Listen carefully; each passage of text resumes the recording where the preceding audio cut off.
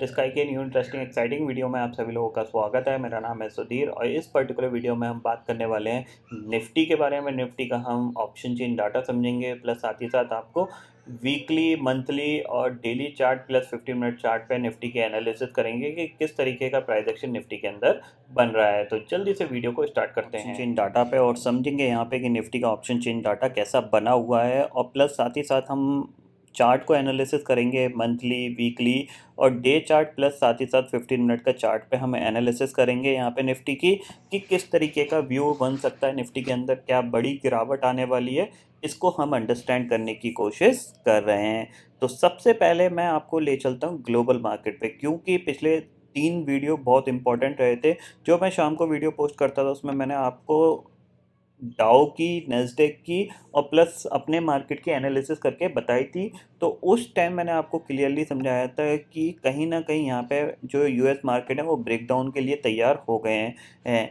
यहाँ पे मैंने जब ये वीडियो पोस्ट किया था, ये कैंडल बनने से पहले मैंने आपको ये चीज़ समझाई थी कि यहाँ पे एक फॉल आया, फॉल के बाद फिर एक ये रिकवरी आई, फिर ये एक फॉल और फिर ये रिकवरी, उसके बाद ये फॉल और फिर ये यहाँ से जब ये कैंडल बनी, इस कैंडल पे क्या हो रहा था, नैस्डैक फ्यूचर करीब 180 पॉइंट ऊपर कामकाज कर रहे थे। तो वो कैंडल अगर ऊपर क्लोज हो जाती, 14,250 के ऊपर क्लोज हो जाती, तो ये पूरा एक डब्ल्यू पैटर्न का यहाँ पे क्या होता, एक ब्रेकआउट हो जाता, ठीक है। बट वो कैंडल क्लोज नहीं हुई, उल्टा वो कैंडल नीचे क्लोज हुई। तो नीचे क्लोज हुई इसका मतलब क्या है कि प्राइस एक्शन जो पूरा जो पॉजिटिव कन्वर्ट होने वाला था वो नेगेटिव कन्वर्ट हो गया, और फिर आपको ये एक बड़ी गिरावट देखने को मिली जो लास्ट ट्रेडिंग सेशन में थी। यानी 2 दिन में ही 14,250 का इंडेक्स पहुंच गया कहाँ पे, 13,350 पे, ठीक है। अगर अंदाज़ा लगाया जाए तो करीब 900 पॉइंट के आसपास की यहाँ पे गिरावट हमें देखने को मिल गई है। बट निफ्टी उतना नहीं गिरा, बैंक निफ्टी भी उतना नहीं गिरा है। तो क्या हमारा मार्केट अगले 3 ट्रेडिंग सेशन में 1000 पॉइंट गिर सकता है, इसको हम जस्टिफाई करने की कोशिश करेंगे, और कितना टारगेट हमें मिल सकते हैं इसको भी हम समझने की कोशिश करेंगे, ठीक है। तो चलते हैं निफ्टी की एनालिसिस करते हैं। तो सबसे पहले हम देखते हैं option chain data. Option chain data में अगर आपको समझाने की कोशिश करूं तो यहाँ पे देखो, मेक और ब्रेक लेवल कौन सा है, 17,000 ही। 17,000 के पुट पे 58 लाख का ओपन इंटरेस्ट है। इसके बाद सीधा सीधा 16,700 की पुट पे 25 लाख का ओपन इंटरेस्ट दिख रहा है। कॉल साइड पे भी 17,000 की कॉल पे सिर्फ 13.4 लाख का ओपन इंटरेस्ट दिख रहा है। ऊपर बढ़ते हैं 17,200 की कॉल पे कितना है, 35 लाख का ओपन इंटरेस्ट। इसके ऊपर 17,300 आपके लिए रेजिस्टेंस है, 44 लाख का ओपन इंटरेस्ट इस पर्टिकुलर सीरीज में खड़ा हुआ है।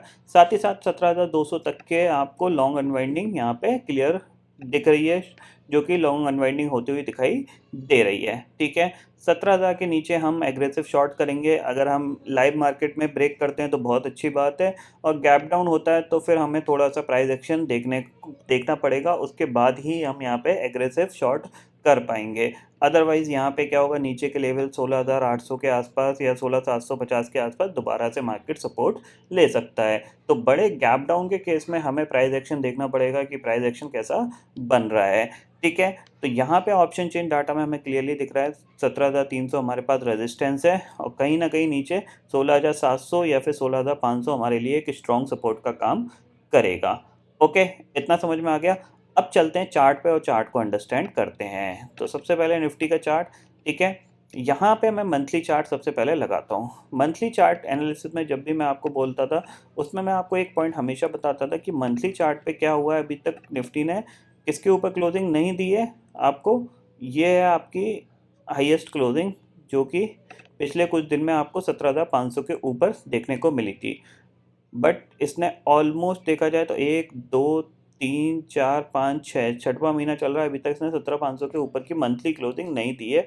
तो मैंने आपको क्या बताया था कि 17,800 के आसपास, 17,700 के आसपास आपको शॉर्ट करके बैठना चाहिए लास्ट सीरीज में।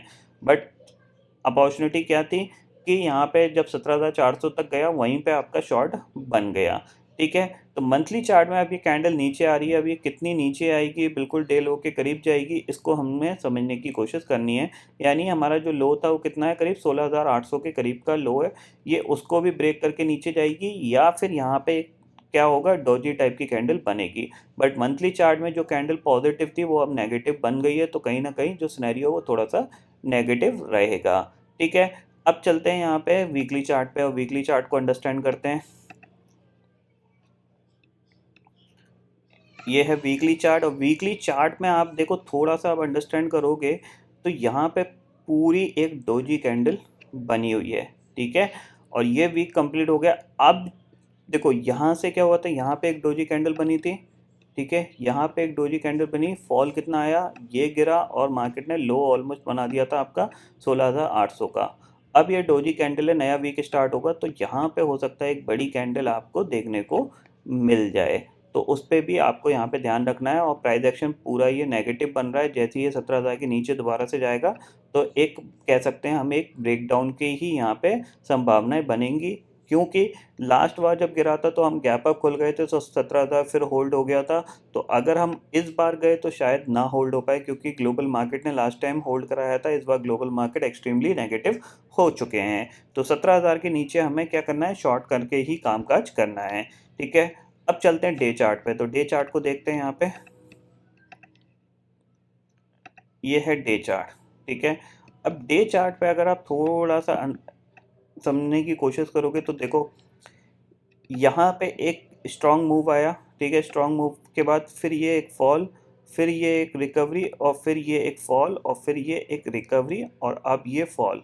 तो जाहिर सी बात है कि जो प्राइस एक्शन बन रहा है वो कैसा बन रहा है, लोअर हाई का फॉर्मेशन यहाँ पे बन रहा है। तो हो सकता है यहाँ पे ये एक बड़ी कैंडल बना देगा और जैसे ये लो ब्रेक होता है तो और यहाँ पे शार्प गिरावट आ सकती है। तो उसके लिए आप पहले से ही प्रिपेयर रहिएगा, ठीक है।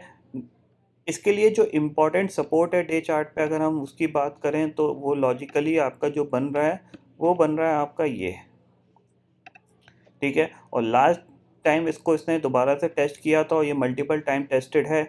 तो इस बार अगर ये नीचे निकला 17,000 या 17,900 के तो डेफिनेटली चांसेस हाई है कि ये फिर 16,500 तक जा सकता है। और मंडे का ट्रेडिंग सेशन मुझे एक्सपेक्टेशंस है कि एक बड़ी गिरावट आ सकती है, क्योंकि जाहिर सी बात है अब डाउ 1000 पॉइंट गिरा, नेस्डेक और 400 पॉइंट गिरा, तो कहीं ना कहीं जो ऊपर मार्केट में जो होल्ड करके बैठे हैं लॉन्ग पोजीशन, वो अपनी पोजीशन को हल्का करेंगे।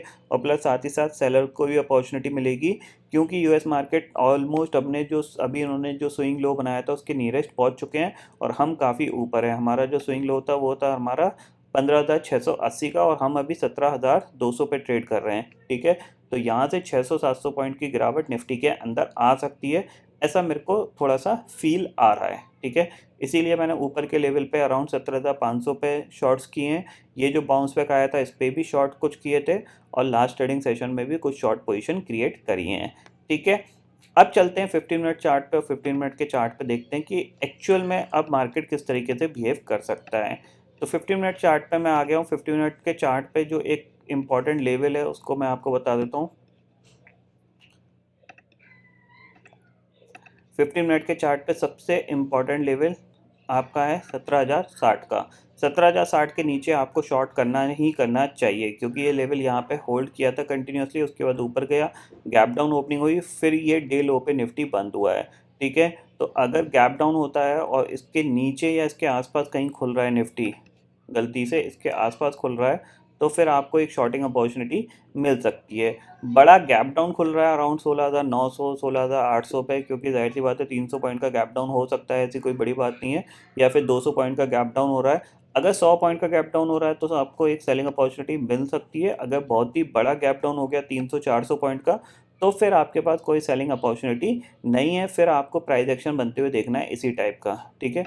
ये आया, रिकवरी हुई, साइडवेज गया, फिर इसने रिकवरी दिखाई, साइडवेज जाने के बाद यहाँ पे एक रेंज बनी और रेंज के बाद ये इसका ब्रेकडाउन हुआ, ठीक है। अब ये यहाँ से ये कंटिन्यू कर सकता है, ये सिंपल सा लॉजिक है। और किसी भी रीज़न से अगर हम गैप अप खुल गए तो अभी हमें एक सेलिंग अपॉर्चुनिटी ढूंढनी चाहिए, क्योंकि ग्लोबल मार्केट थोड़े से नेगेटिव है, थोड़े से नेगेटिव नहीं, ज़्यादा एक्सट्रीमली नेगेटिव है, ये चीज़ समझ के चलिए।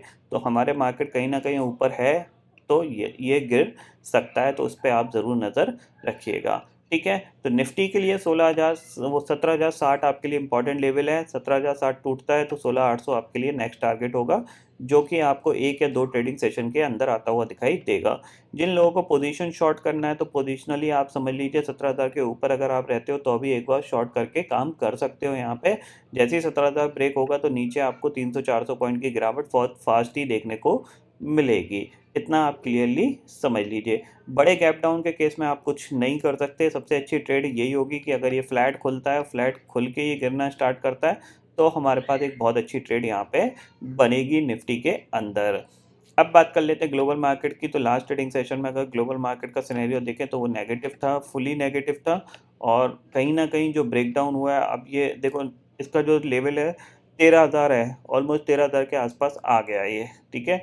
तो कहीं न कहीं जो मंडे का ट्रेडिंग सेशन हो सकता है तो एक और गिरावट यहाँ पे या गैप डाउन ओपनिंग या फिर कह सकते हैं कंसोलिडेशन वाला व्यू बन सकता है यूएस मार्केट के अंदर। बट हमारा मार्केट ज़रूर गैप डाउन होने के बाद थोड़ा सा और गिर सकता है, इस चीज़ को क्लियरली समझ लीजिए। साथ ही साथ अगर मेजर इंडेक्सेस में जाता हूँ तो डाउ जोन्स आप देख सकते हो लास्ट ट्रेडिंग सेशन में अराउंड 981 पॉइंट गिरा था, 3% की गिरावट देखने को मिली। तो इसमें भी आप देख सकते हो कि एक लंबे समय का कंसोलिडेशन ये जो हो रहा था, इसका ब्रेकडाउन इसने भी दिया है, ठीक है। तो कहीं ना कहीं हम भी नेगेटिव काम काज करेंगे, ठीक है। तो ये सारे पर्टिकुलर पॉइंट आपको यहाँ पे समझ में आ गए होंगे। तो आई होप दोस्तों ये पर्टिकुलर डाटा आपको समझ में आ गया होगा। दोस्तों फिलहाल इस वीडियो में इतना ही है। आई होप ये वीडियो आपको पसंद आएगा। वीडियो पसंद आता है तो लाइक और शेयर जरूर करिएगा और चैनल को जो सब्सक्राइब कर लीजिए, क्योंकि मैं सुधीर लेके आता रहूँगा हर दिन आपके लिए नए नए वीडियो। इसी के साथ शुक्रिया दोस्तों, जय हिंद।